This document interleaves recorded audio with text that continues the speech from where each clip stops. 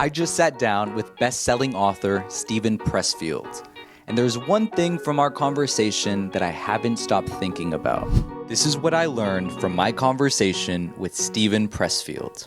Steven spent years pursuing writing with almost no evidence that it was ever going to work.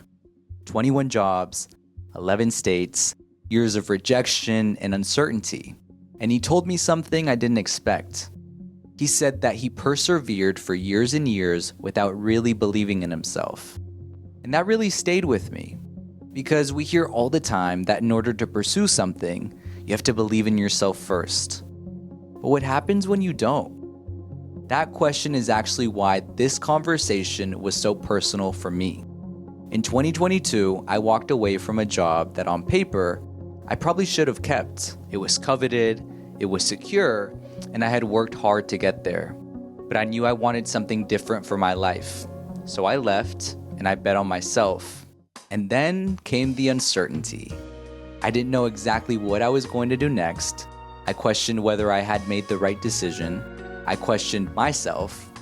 And one day, I walked into a Barnes & Noble and found The War of Art.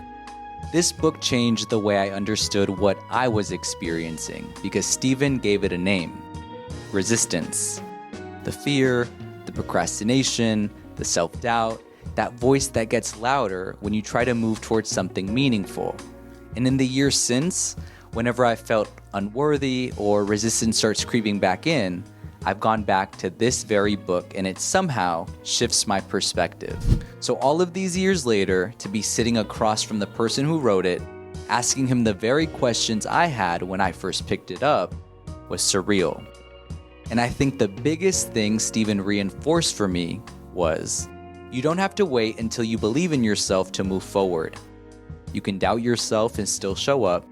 You can be afraid and still do the work.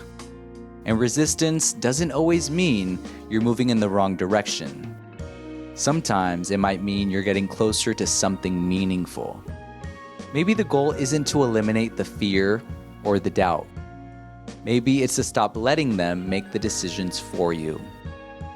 If you're questioning yourself, starting something new, or trying to figure out whether you should keep going, I really hope you take the time to watch this very conversation. My one-on-one conversation with Steven Pressfield is out right now on all platforms. I'll see you there.